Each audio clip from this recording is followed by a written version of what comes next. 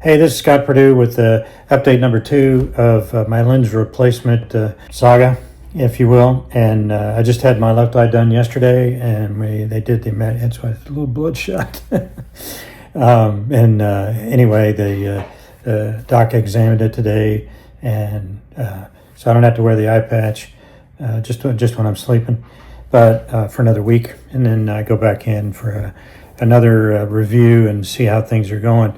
I expect my vision will have stabilized by then. But the good news is that taking the eye patch off right away, I could see better than my right when they took the patch off. It took about 1 or 2, maybe 3 days before, I think it was the second, third day, I could see a lot better out of my right eye.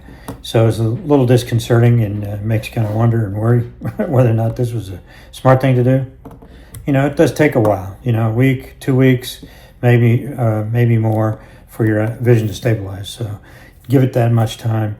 Don't panic about it, and everything should come out right.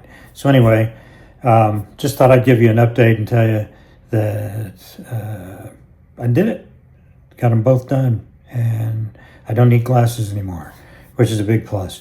Need those sunglasses out in the world, in daylight, because it's pretty dang bright out there. Anyway, if you're thinking about it, you should do it.